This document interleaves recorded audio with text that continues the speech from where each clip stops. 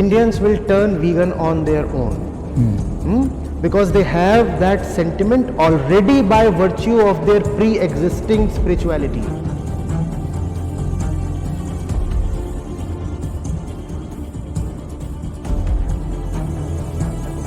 Ahimsa is core spirituality and therefore authentic veganism. Dear Guruji, we're so honored to be here today. Thank you. I'm glad. Can you tell us the truth about the dairy industry?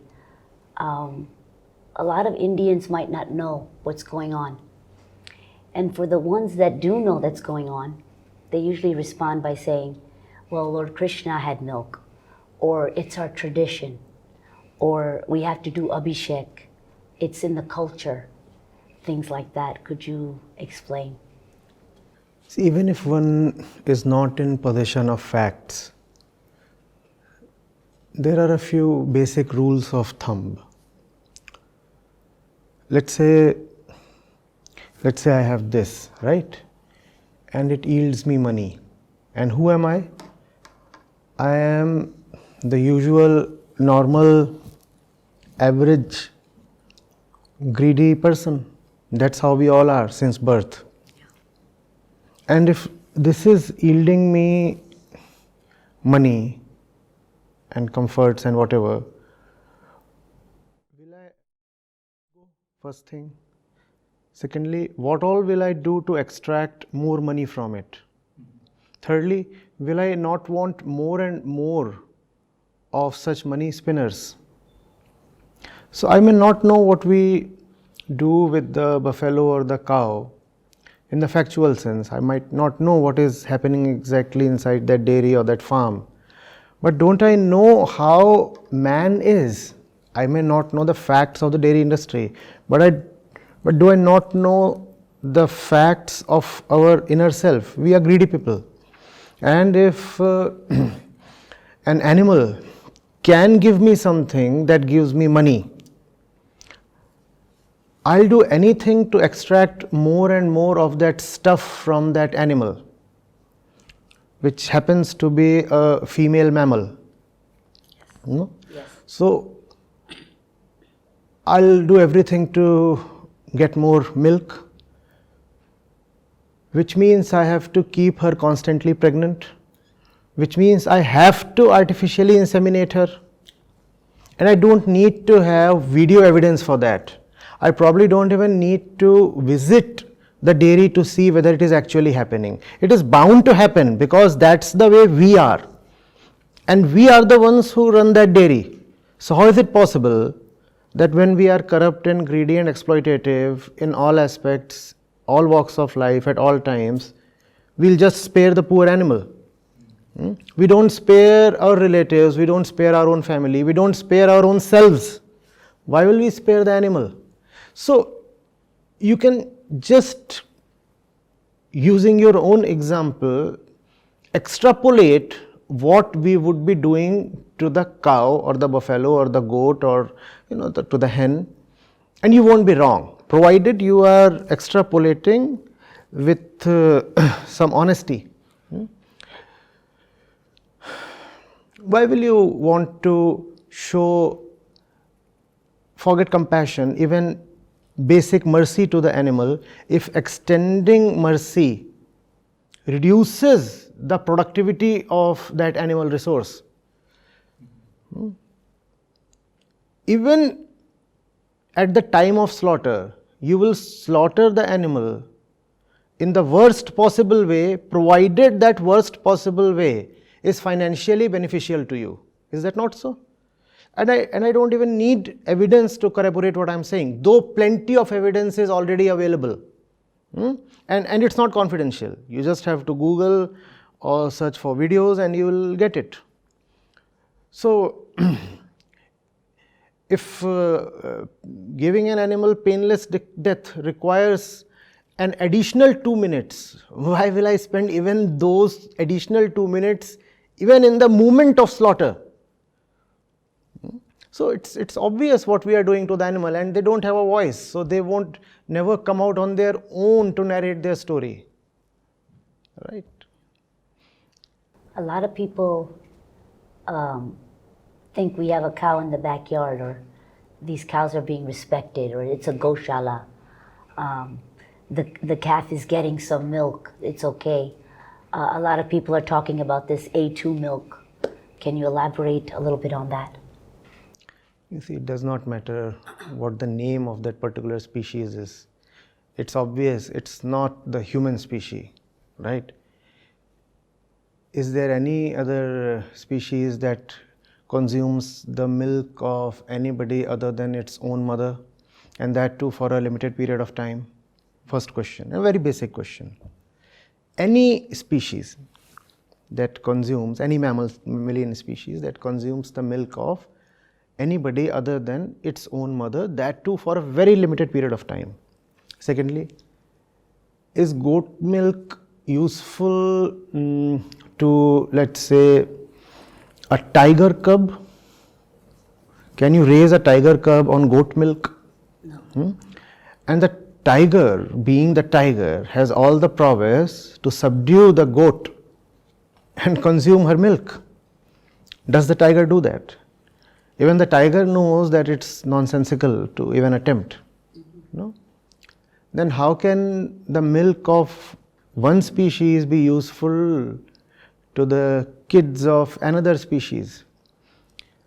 The buffalo milk is constituted to bring up a huge, mindless buffalo weighing 500 or 800 kilograms.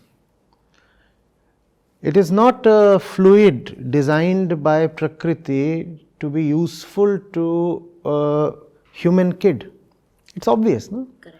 That's the reason why buffalo milk is not the same as human milk. Else the two would have been the same. Which means human milk is for human babies and buffalo milk or cow milk is for their own calves. You exchange the two, it won't be suitable. In fact, you just flip the example. If you give human milk to a tiger cub or to a goat kid, it won't be beneficial. Now that was as far as kids go. But the thing is, we consume milk, we continue to consume milk long after we have ceased to be kids. What does a 40 or 60-year-old mean by consuming so much dairy? And I watched your well-made movie yesterday. There was this figure that Indians are consuming 350, 370 grams of milk per day, which is the highest in the world, or way above the global average. Mm-hmm. Now, what is a 50-year-old doing consuming so much dairy? You are not even a kid. First thing, you are not a kid. You don't even have the right enzymes in your body to process, to digest the milk protein.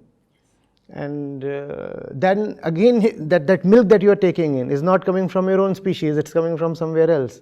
So just a little application of mind tells that it means nothing. It does not matter whether it's the milk of A2 or a goat or a yak or a camel, or doesn't matter.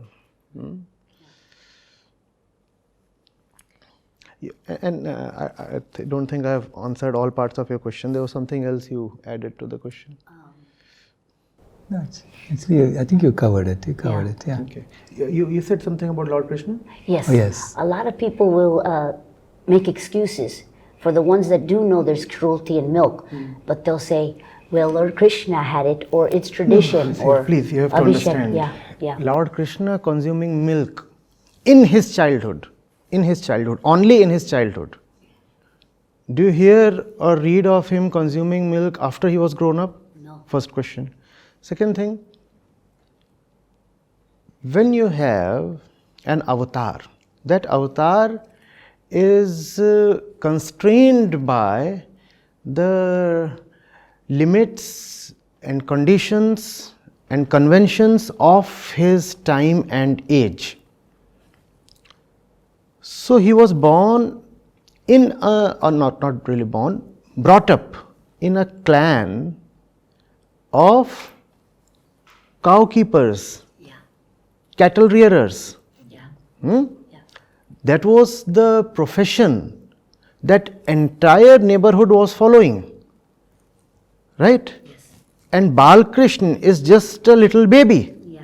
He will do what the entire surrounding is doing, and he will wear what everybody else is wearing.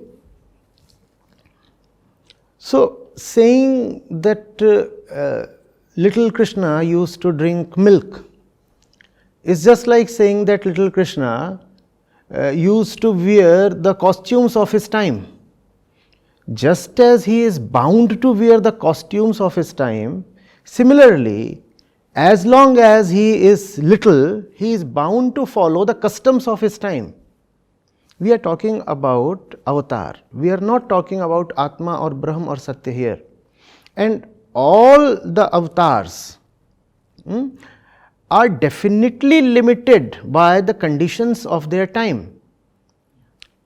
It is believed that you take birth, Sambhavami Yuge Yuge, you take birth in a particular milieu. And if you are taking birth in a particular milieu, of course you don't expect Krishna to walk around in Western formals. He will wear what they did, his parents and relatives and the entire area, and he will speak the language that they spoke. Just as he would speak the language as was spoken by the people of his time, similarly, as long as he is young, he will follow the customs of the people of his time, because the avatar is not supposed to be perfect in the first place. The avatar is not Purna Satya. The avatar is not even supposed to be the perfect truth. Since the avatar is embodied, the avatar has come to be born, so he is supposed to have the bearings, attributes, characteristics of his particular time and age. Right? No, that is the reason. Now, does he play the violin? He plays the flute. Why the flute and why not the violin? Does he speak French? No. He speaks the language of that place and time. Now, why doesn't he speak French? Because he was born at a place where there was no French. He was born at a place where there was no violin. If an avatar today takes birth in France, he will probably play the piano and speak French. So, these are time-bound attributes. These are not to be taken as timeless. These depend on the time in which the avatar was born. That's the reason why different avatars show different characteristics. Now, truth is one. Then why are the characteristics of the different avatars so much at variance with each other? Somebody is very composed, somebody talks in one way, somebody wears one kind of attire, somebody is carrying around in another way. Why are such variations seen? Because those are the variations of the time and place of their birth, desh kal. They are not variations in the truth. Now, what depended on a certain time and place must be left to that time and place. What is it that must be carried forward? That which is timeless. Eating habits, sartorial habits, linguistic preferences, where do all these come from? They come from that geography and that age. Right? And geography and age are not timeless. They are limited. Such habits, such characteristics belong only to that period and must not be carried forward to the coming centuries. What is it then that must be carried forward to the coming centuries up to time eternity? The Bhagavad Gita. Because in that you have something which time can never besmear or blemish. The Bhagavad Gita alone is timeless in the entire narrative of Sri Krishna. All else is time bound, and that which is time bound has very little utility. When we go to the scriptures, when we look at our honored avatars, so when we look at our avatars, we look at them to have a glimpse of that which time can never touch. We do not look at them in a historical sense. We do not look at them to follow the things that they did at that point in history, in time. We do not look at them because we want to emulate what was happening in the 10th century BC. The 10th century BC is gone. However, the Bhagavad Gita shall never turn stale. And it is to Gita that we offer our love, our respect, our salutations. All else is just time and place. And what is there at one point in time shall be turned useless by another point in time. Time is just the flow of Prakriti, right? And that exactly is the message of Bhagavad Gita. Now, at what place is it mentioned in Bhagavad Gita that to follow the teachings of Krishna you have to be a dairy consumer? So, Arjun is unwilling to fight. Arjun does not know his dharma. And Krishna tells him, Arjun, have some lassi. Is that how the Bhagavad Gita proceeds? Is there any mention of dairy in the Gita? So when you look at Krishna, please look for the essential. That would be the only respect that you can offer to Sri Krishna. All else is just time-bound dramatics. It fades away very quickly. No point trying to hold on to it. You cannot stop the flow of time. But definitely, you can bow your head down in front of that which is timeless. And that should be our attempt. Can you explain what a mother is going through with her calf is the same thing as Obviously, what, very what obviously. we're going through? Obviously, very obviously. But then first of all, we have to first admit that the human mother too, in her attachment to the child, is very much an animal. We don't admit that. We believe that the human mother and the cow are separate beings. They are not. Because attachment is very much an animalistic quality. What happens is we treat the mother's relationship with the kid as love. Don't we say that? The mother's love for the child. The moment you say mother's love for the child, you have artificially raised that animalistic relationship to a conscious level. Because attachment is animalistic, love is conscious. The fact is that even the human mother is just attached to the child. Why? Because even the human mother is an animal. And similarly, the cow or the buffalo or the goat is attached to her child. Now, when you admit that human beings too are just animals, now you see that the human mother is just the same as the cow. And if you treat with great respect the relation between the human mother and her baby, then how can you treat with disrespect the relationship between the cow and the calf? Are you getting it? As long as you do not see that the woman equals the animal equals the cow. How are the woman and the cow same?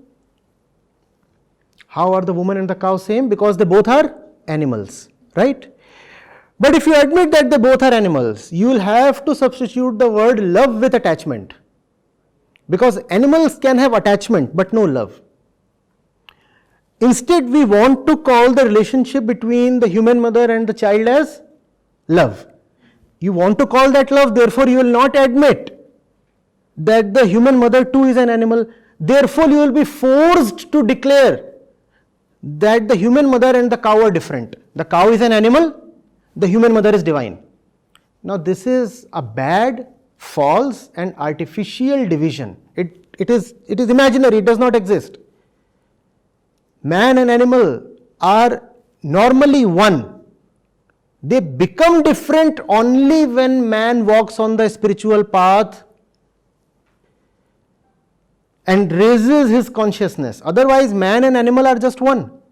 And if man and animal are just one, my argument is, have the same standards for them. If you treat the relationship between a human mother and her kid with so much respect, we have so many songs in adulation of Ma's Mamta, then why separate the poor cow from her calf and milk her and make fancy statements like the calf cannot digest so much milk and therefore we are doing the cow a favor by taking away the extra milk. All kinds of extraordinary arguments are made. By milking the cow we are doing her a favor because the calf will die if it takes so much of milk. So Prakriti has gone totally wrong. Prakriti has filled up the cow's udders with extra milk for the benefit of mankind.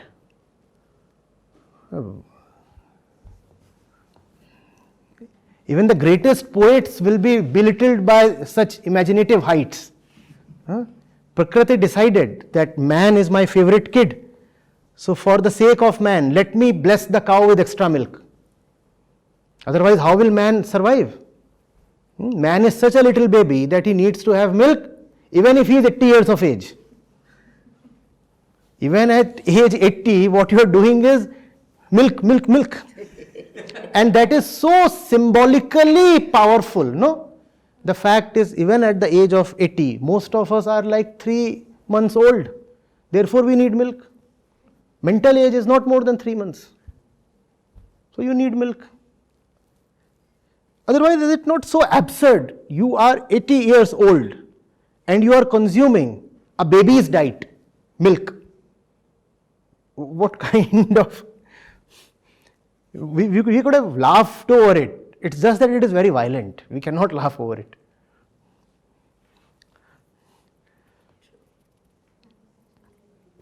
Man is such a little baby. Man is such a little baby that it must steal the food of actual babies. We are such babies that we must steal the food of actual babies. Perfect. Thank you so much.